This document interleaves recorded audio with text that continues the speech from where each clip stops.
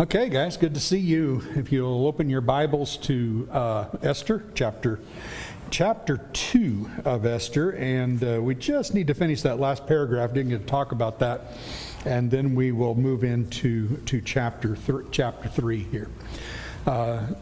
So chapter 2, we of course in chapter 2 have just discovered come to the highlight of Esther becoming queen, winning the contest, the whole thing. And it is one of those things that is interesting to consider. And as we go through these next two chapters, I want you to get in your mind about how unlikely it would have been for Esther to become queen. So let me just stop right there. You tell me what about it makes it so unlikely? She's not Persian. Pardon? She's not Persian. She's not Persian. Okay, what is she? And what else is she? She's an orphan, Jew. All she's got is she's got great looks. That's what she's got. And she somehow figures out how to please the king in the one night that she has better than all the other women. And that's something else. You know, she doesn't have a Persian background. She doesn't have any of the things that we might normally think about. And yet here is an orphan Jewish girl who impresses the king and becomes the queen. Obviously, we wouldn't have been surprised if she didn't win and she just goes to the next court of the concubines, and there you are. She just lives there in luxurious isolation for the rest of her life. And that might not have surprised us, but it wouldn't have been a story that had been written about in the Bible. That would have just pretty well been the end of the story. So as we think about some of these things, it's really important to consider just so many things that are happening that are against all odds, that are shocking and surprising.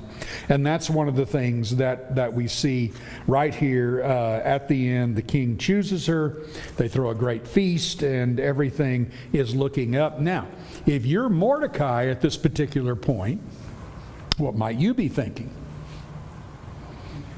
Is this all good or bad?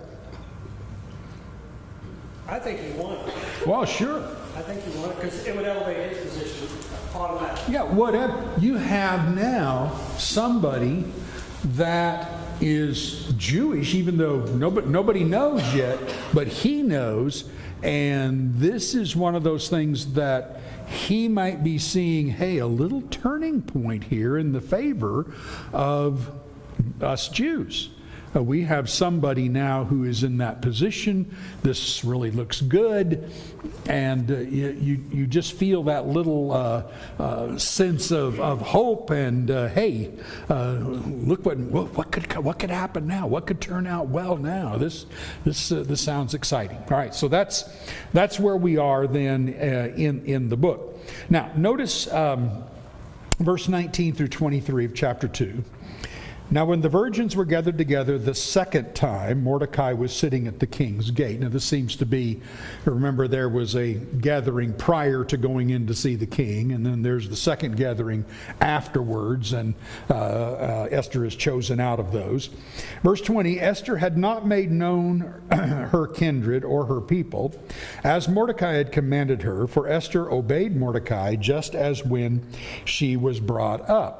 All right, so in spite of the fact she's now queen, what do you notice important about that particular text?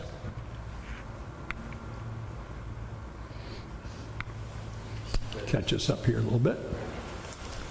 Okay, what do you notice that Esther still does?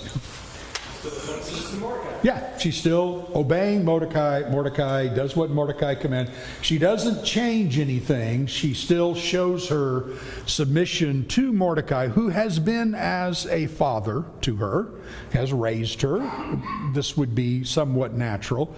But the fact that she's been elevated does not change the fact that she is going now to follow Mordecai's commands and does not reveal who she is. That's going to, of course, be important in the story. So we notice that. And then verse 21 through 23. In those days, as Mordecai was sitting at the king's gate, Bigthan and Teresh, two of the king's eunuchs who guarded the threshold, became angry and sought to lay hands on King Ahasuerus. And this came to the knowledge of Mordecai, and he told it to the queen, Esther, and Esther told the king in the name of Mordecai. When the affair was investigated and found it to be so, the men were both hanged on the gallows. And it was recorded in the book of the Chronicles in the presence of the king. All right, so here we have observations about this. Now, so tell me some things that you should be able to make some observations, conclusions about the fact that Mordecai discovers this, tells Esther, Esther tells the king, it's investigated, the two guys are hung, and the king is saved from the plot. Go ahead, Mara. It makes me wonder why Mordecai cared. He didn't really care about the king. He cared more about his niece. Because if the king were to be assassinated, what would happen to his queen? Okay, well, but if the king is assassinated, what happens to him? What's his position? As the cupbearer to the last king, you might be gone. Well, what position is Mordecai in? Trusted. I was a gatekeeper. So Yeah, he is one of the officials at the gate, and we're going to notice that when you get over to verse 2 of chapter 3. All the king's servants were at the king's gate. So these are special servants, not uncommon, at the king's gate. it's remarkably similar to the plot to kill the Jews and how Okay. the plot came about to save them. Yeah, He okay. saved the king, Good. king saves the Jews. Same story. Right, okay, very good. So we're seeing things like that. Yeah, sure. It's almost like he's an informant. He's an informant. Yeah, I mean, and in fact, what would we expect to have happened when he saves the king's life? Get a promotion at least. Yeah, get some kind of accolades. It is recorded in the Chronicles in the king's presence, and we're expecting, hey, this is even better. Not only is Esther the queen, but now what struck a lucky stroke here that Mordecai catches this conspiracy and is able to reveal it, and the king is saved. And wow, that's a really, really big deal. Now, notice how this is written in the Chronicles of the Kings. I've mentioned to you before, one of the main historians of the Persian Empire, a guy named Herodotus, he actually refers to an official list of benefactors. Maybe I can put that up here. Yeah, he refers to an official list of benefactors recorded in the Persian archives, indicating the acts of loyalty that were usually rewarded immediately and generously. So this was quite notable historically among Persian kings. If something great was to happen, especially that benefited the king, it was very, very quickly noted, and somebody followed it and followed up on it, and there was a reward and accolades that were given because of this. And yet in this particular case, zero. Nothing actually happens that gives any kind of accolades to Mordecai. Does Mordecai indicate he's upset about that, by the way? No, he didn't give any indication whatsoever that bothers him as to what really has taken place. So here's a phrase that I keep putting in my notes. It just so happened. And here's another. It just so happened that what normally would have taken place didn't. And it's a good thing, isn't it? Because it is then that ace card that's tucked away and is able to be played later on in order to save Mordecai from the gallows and to save the whole nation. So this is one of those, it just so happened. And we continue to see evidence of the unseen God who is behind all of the things that take place here. Okay. Now, let's go on then to connecting chapter 2:23 with chapter 3:1.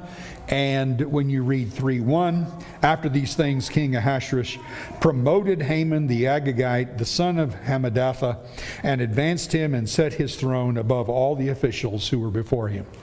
Okay, what's the weird thing here? What you say? Why? Wait a minute. We just read about Mordecai saving the king's life, and somebody out of nowhere all of a sudden gets elevated above everyone else, and it doesn't make any sense. If I'm reading the story, my expectations are that 3:1 is going to begin with Mordecai was exalted. Mordecai is not exalted. And so everything, again, how many times have we seen in the book? Reversals, reversals, reversals, reversals. And just about the time you think, hey, things may be looking pretty good for the Jews here, and then it's like, ka-wham. Not only does Mordecai not get exalted, but Haman, who is an Agagite, gets exalted. And now we have a turn really downward very, very rapidly. Okay? So you see those things happening very, very quickly, and this temporary reversal obviously does not escape Mordecai's attention, because along with it comes the command everybody is to bow and honor Haman the Agagite. All right? I'm persuaded that if whoever was exalted had been just some guy, not an Agagite or whatever, probably, it probably wouldn't even have caused Mordecai to blink. But who's exalted is what is, of course, significant here.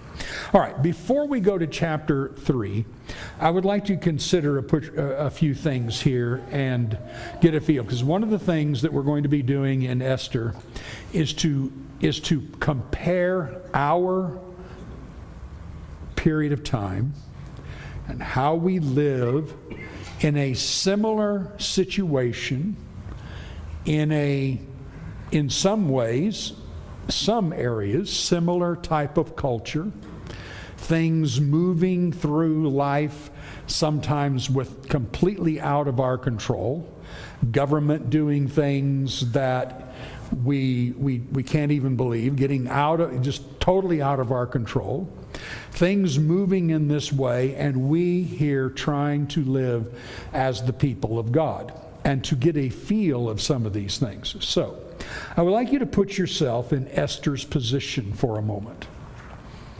Take a guess. We don't know this, but how old would you say she was? Ballpark. Teens. I'd say 16. Yes.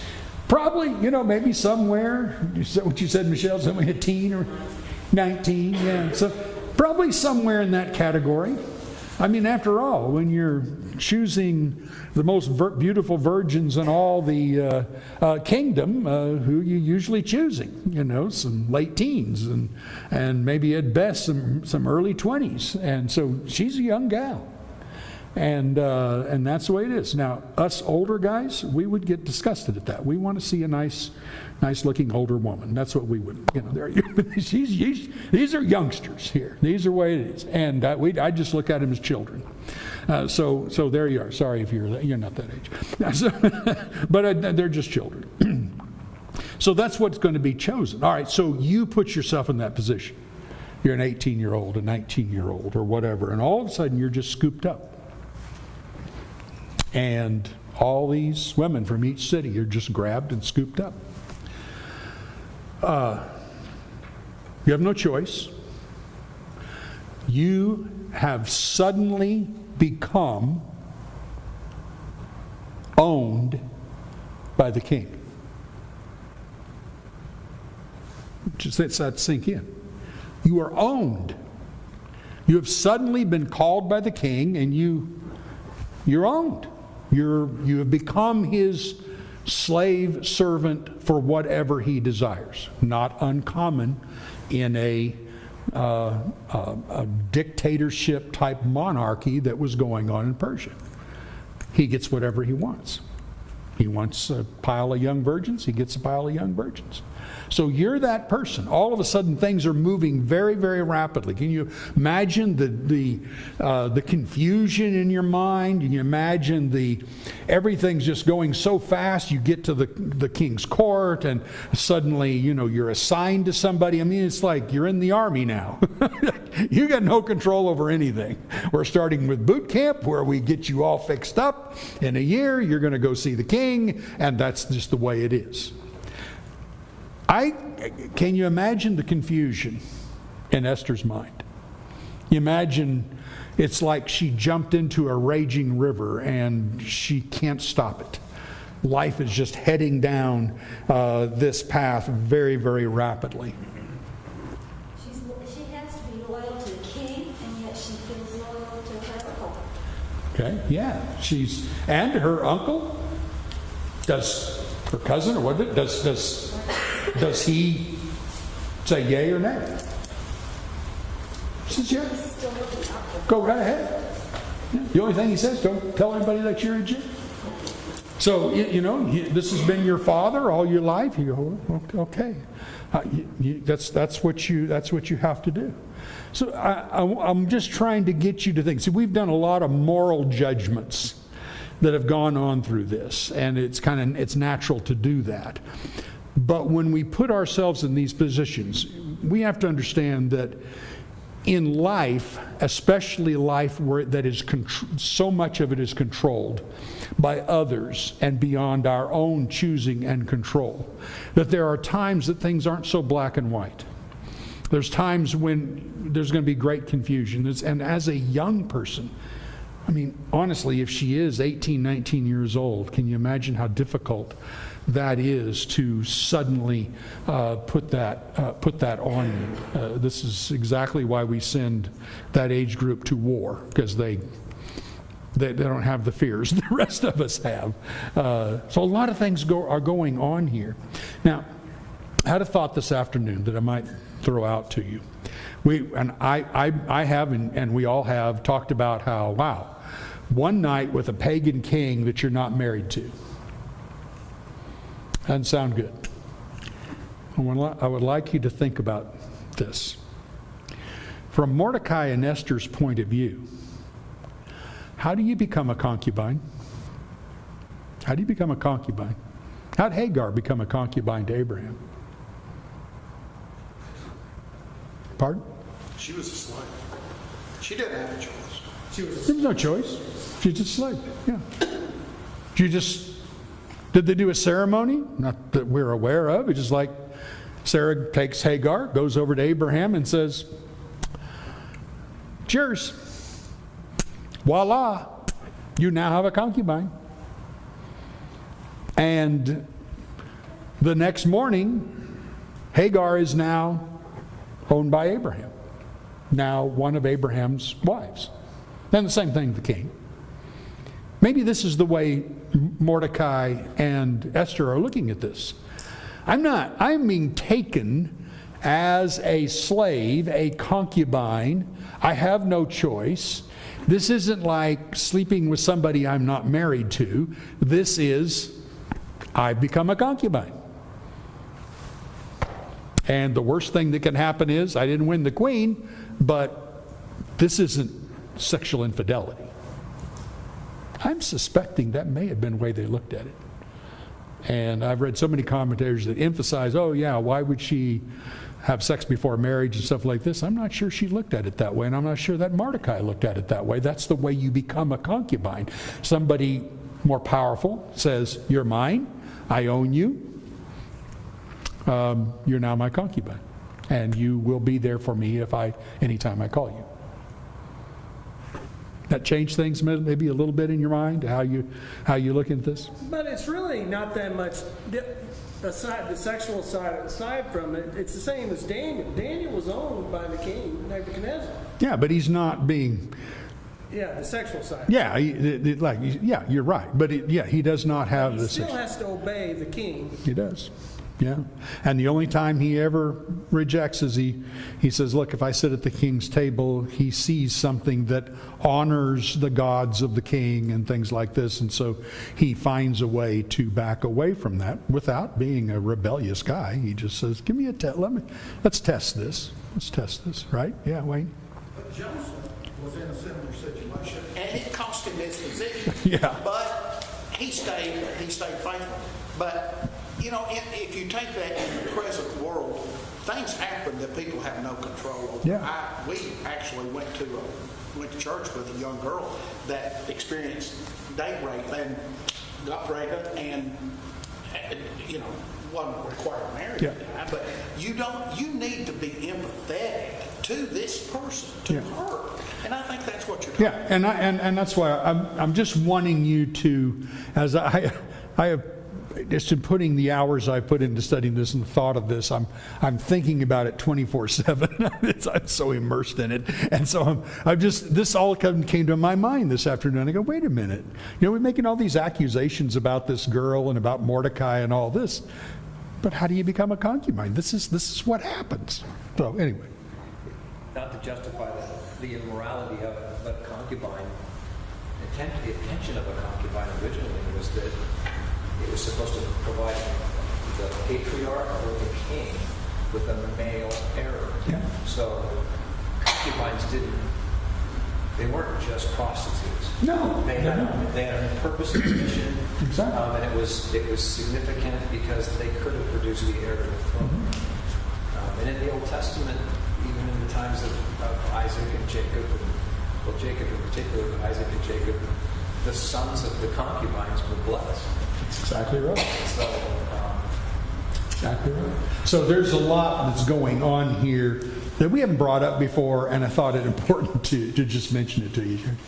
Don't we have that going on today with men or people kidnapping young women, young girls? Yeah. I mean, isn't that the kind of Now thing? I would suggest that's different in the sense that this is, it's different in the sense that in this society, this was acceptable even in the law of Moses. So in the law of Moses, God allowed, I'm not saying he was saying he wanted it to happen, but he did allow concubines. He did allow it. It took place. Most of the kings certainly had these. Some of the judges had these. Gideon had more than one wife. He had a lot. So this is something that is not foreign to the ancient Near Eastern culture. So while our sensitivities are just like, blah, to them, much different. And that's maybe why the author does not make a real big deal about this, and neither does Mordecai, and neither does Esther. So I want you to put that in your mind. Going from there, yeah, go ahead, sorry. another comment. Just because God allowed it doesn't mean He approved it. Yeah, and that's very clear. I want to make sure that's the point. Like slavery, He allowed that too. Yeah. Didn't mean He approved it. Yeah, divorce. As Jesus said, he let you do it because of the hardness of your heart. Not that He approved it. It was not approved. The second thing I thought about the timing of this with regard to Esther, she was born in the Persian Empire. She did not live in the Babylonian Empire. So Right. the only empire she knew was a Persian emperor. That's exactly right. So she would have been born probably before. About the turn of the century there. So. Well, before Ahasuerus became emperor. Yeah, right. So anyway, you're getting a feel of this. Now here's the application very quickly. So we do need to go on chapter 3 here, but this illustrates the times in our lives where decisions are not so simple. And especially if you live in a kind of government that may have this kind of control over your personal life. Sometimes a barrage of events comes in that pushes us in one direction, something like just getting caught in a raging river. And all you know to do is to think about what am I, you wake up and go, your mind is just going everywhere. What do I do next? What's next? And none of the things that you can come up with are even going to be allowed to happen. You are in this river and it's going in a particular direction and you can't stop it. And all you can do is the best you can do at the moment. And this is the world you've been born into, as Chip just said. You've been born into that kind of government. And now you put yourself in her position. What are you going to do? Go ahead, Linda. There's a difference in being empathetic and justifying. There was nothing that justified what she did. Her culture didn't justify it. Mordecai couldn't justify it. Nothing that justified what, when you say what she did, or what's I'm talking about sleeping specific? with the king. Spending a night with the king. Sleeping with the king. It wasn't justified. I don't care what the culture allowed or supported. That's not justified. So, as far as having empathy and feeling the pressure and what she had to deal with, oh yeah. Mm-hmm. But Daniel felt a whole lot of that pressure, and Daniel had his life threatened, and he didn't kowtow. Yeah.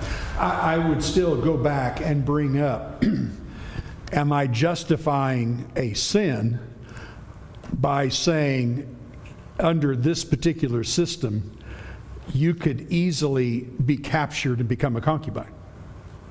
For example, in the law of Moses, Israel, if they go and conquer a nation that God said, go conquer them, he allowed them and even talked about in Deuteronomy how he said, if you take a captive young woman for yourself and you take her and she becomes your wife or concubine, and then he gives some rules about how you're going to treat her and things like this. So what I'm suggesting is, we have maybe jumped too quickly, not understanding that type of culture, to say that her sleeping with the king that one night was actually a sinful action, rather than she's captured, she becomes a concubine. Okay, I have a question. All right. Are you saying it was not a sinful action? I'm trying to throw something out here that, I'm being very plain about it. No, if what I'm saying is true, it wasn't a sin.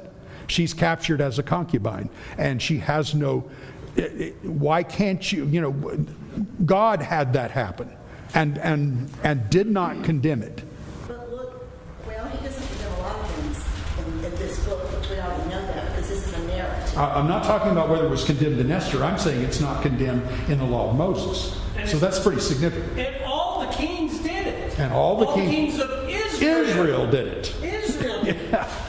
Solomon had, No, well, not all of them. Most of them. yeah. But it was a common David practice. It was common practice even. David had 20-some wives. There were a But you lot said, of us. you said God accepted it. I don't believe he ever accepted it. I think there's a difference in accepting and allowing it. Chip and I already settled that one. No one is saying that God is approving, but God allowed. Just as Jesus said when the Jews said to him, Moses said we could divorce our wives, and Jesus immediately said he did not. I'm paraphrasing. He gave that because of the hardness of your heart. He allowed something to happen.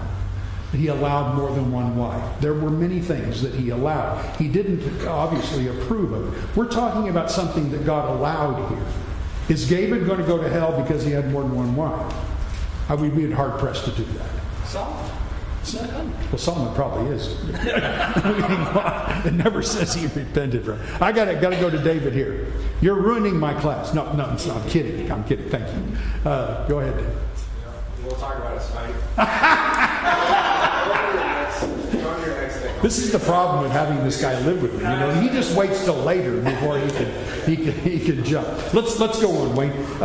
So what I'm wanting you to see, that a lot of these things are not as simple and cut and dried as you might think. And as Belinda said, I'm interested primarily in you empathizing with the position.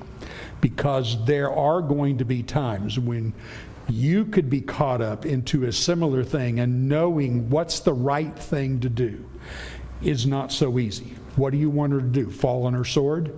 Is that what we're going to do here? This is what she would be doing if she said, "You're not taking me anywhere." She just fell on her sword. So I'm wanting you to do that. Okay, so let's go on then to chapter 3. So we see here that Haman is exalted. And then verse 2, and all the king's servants who were at the king's gate bowed down and paid homage to Haman, for the king had so commanded concerning him, but Mordecai did not bow down or pay homage. Then the king's servants who were at the king's gate said to Mordecai, "Why do you transgress the king's command?" And when they spoke to him day after day, and he would not listen to them, they told Haman in order to see whether Mordecai's words would stand, for he had told them that he was a Jew. And when Haman saw that Mordecai did not bow down or pay homage to him, Haman was filled with fury, but he disdained to lay hands on Mordecai alone, so as they had made known to him the people of Mordecai, Haman sought to destroy all the Jews, the people of Mordecai, throughout the whole kingdom of Ahasuerus. All right, so let's just have a few considerations here. First off, in chapter 3, as we've noticed here, you have the king's servants and the king's gate. This is an idea, of course, of an official position that they have.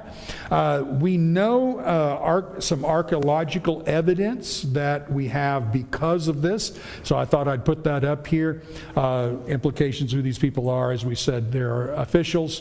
So the gate entering into the walled palace complex was a large building in which legal, civil, and commercial business was transacted. So this is an area that is the center of just like we would have downtown Nashville. You know, you have the Capitol building, you have all kinds of offices, you have all sorts of things that are going on here. Furthermore, Assassination. Yeah, and there's some assassination plans too. That's right. So archaeological evidence, the gate was built by Xerxes' father. It measured 131 feet by 92 feet, so it's a very large complex.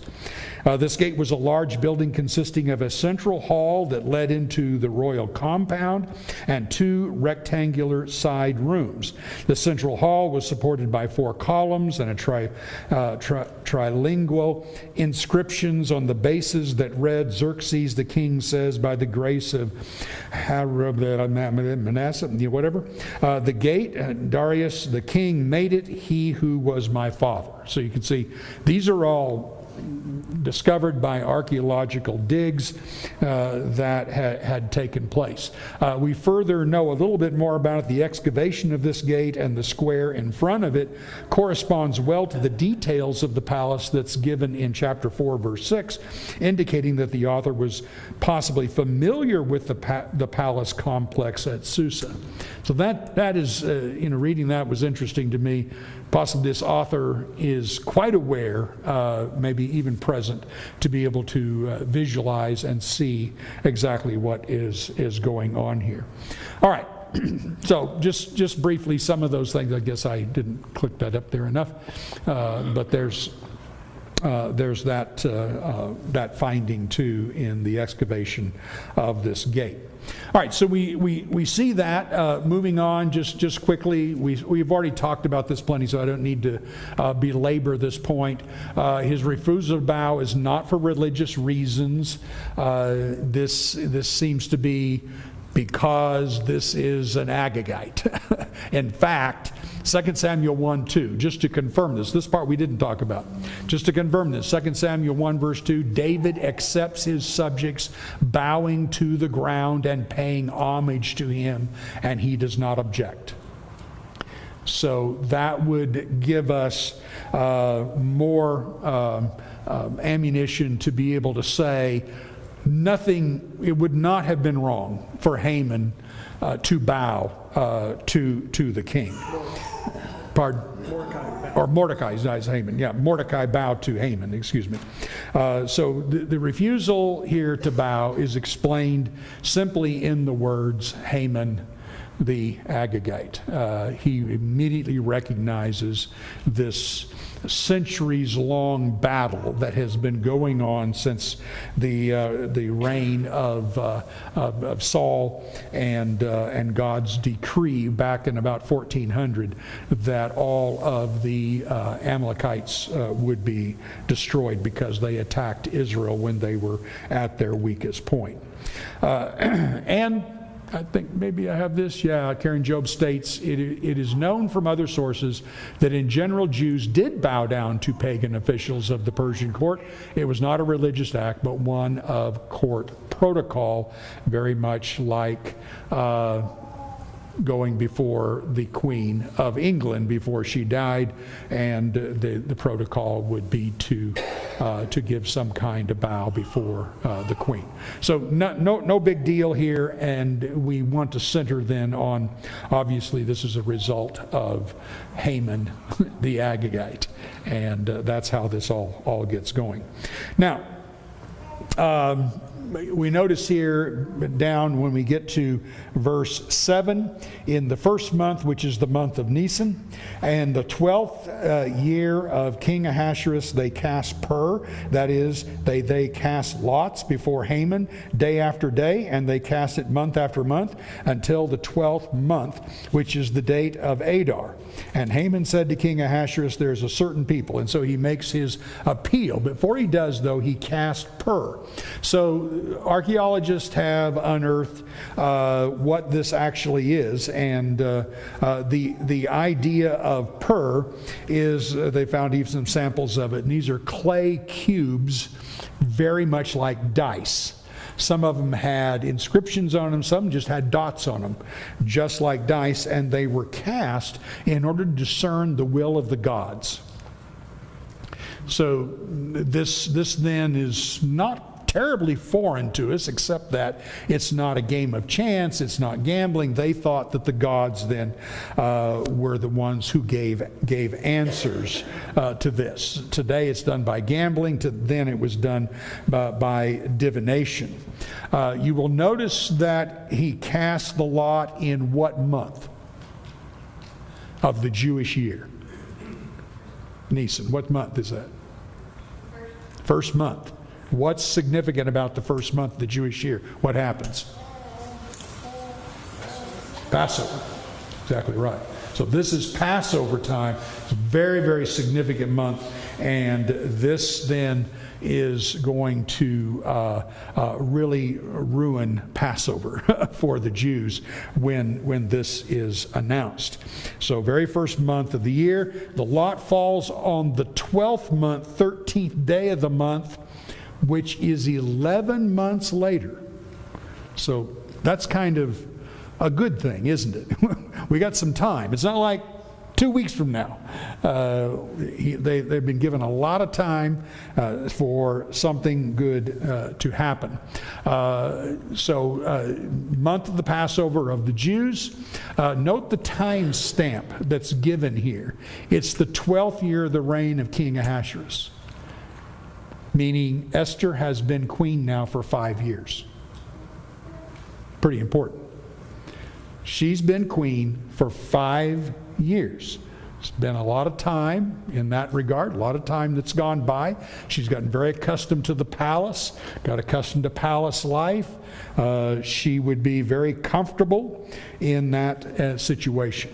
Notice now how Haman responds, verse 8. He goes before the king.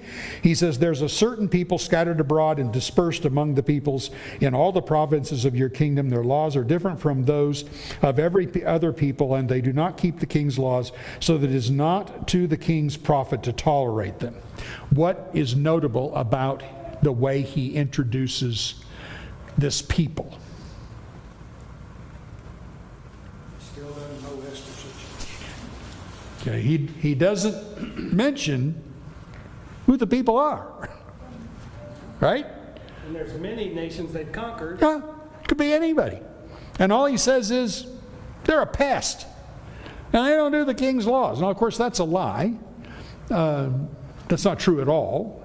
Mordecai didn't obey one law of the king. But it's certainly not true of the rest of the Jews. They've been living peacefully. You have a Jew who's one of your court officials at the gate. It doesn't seem like there's a lot of anti-Semitism going on in the kingdom.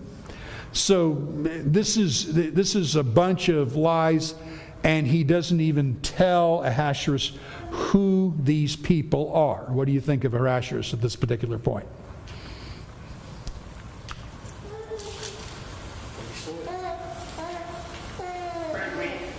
Yeah, why? Well, he doesn't even bother asking. He doesn't ask. That's right, he doesn't ask.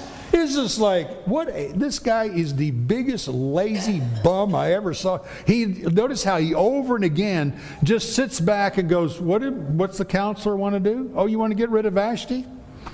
Okay, let's get rid of Vashti. You want to have a virgin contest? Sounds good to me. We'll just do that. Well, you want to kill a bunch of people? That's all right with me. Let's just go along. Who cares who they are? That's right. I don't want to worry about it. I'm too busy flirting with my my leadership's wives. You know, I mean, this guy is awful. He's just terrible. And there's a certain people. The king shows tremendous apathy in that, and so interesting. Notice in verse 9, if it please the king, let it be decreed that this be destroyed, that they be destroyed, and I will pay 10,000 talents of silver into the hands of those who have charge of the king's business, that they may put it in the king's treasury. Now, I want you to consider how valuable that is. Haman's promise is to pay 10,000 talents. It was 300 tons of silver. Whew. And not only that, the revenue that we know that was given Xerxes' father, Darius, the revenue was 14,560 talents a year. And what's the king's treasuries like right now? Pretty light. Light. Why? We lost in battle. Lost in battle to Greece. He has been depleted. Those dollar signs sound really good. This almost doubles his yearly taxation and treasury that he receives, and 10,000 more dollars, sounds really, really good to him. And then you get down, of course, he gives him the signet ring and all that. We've talked about that before. And you get down to verse 12, and the king's scribes were summoned on the 13th day of the first month, and an edict. What day? 13th day of Nisan, the first month. What happens the 14th day? Passover. Exactly. Now you have Passover. So you just imagine being a Jew and this edict goes out that in 11 months you're all dead and now you're going to observe the Passover. I think my thought would have been, well, there's no blood to get put on the post this time. We're under the curse and now we're going to die. I'm not sure it would have been a joyous Passover that would have taken. We're never going to see another Passover, which would have been really tough. Then you see in one other thing there. Notice how I missed verse 10. Notice how Haman is described this time, the enemy of the Jews. Notice how different that is from what you saw back in chapter 3:1. He's just said his name. This time he says his name, and he is the enemy of the Jews.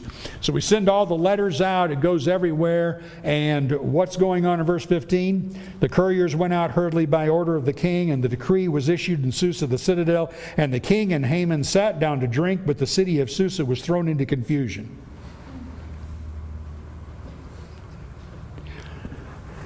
Everything's going haywire. Who's doing fine? The king and Haman. Sitting there drinking wine, and everything is just going to pot. We'll find in chapter 4, Esther doesn't know what's going on. This whole palace situation is just a bunch of people insulated in an area. Those accusations have been made about Washington, D.C. repeatedly, that you have no concept what the average person is living like because you just have the inbreeding of ideas that go on between you, and you think you have an idea of what the normal people live like, and you don't. So very, very similar situation. This becomes just an empire-wide problem, and yet it's just one itty-bitty little anthill of a problem that could have been solved, and this is the way Persia does things. All right? By the way, got to mention one thing. The common denominator of this kind of inbreeding arrogance and pride is a lack of respect for the moral and ethical standards of God. Everybody does what's right in their own eyes, and especially the king. And once you get rid of that, pride and arrogance go to pot, and then you just see all of this maniacal type of living. All right, very good. We'll go from there. Thank you.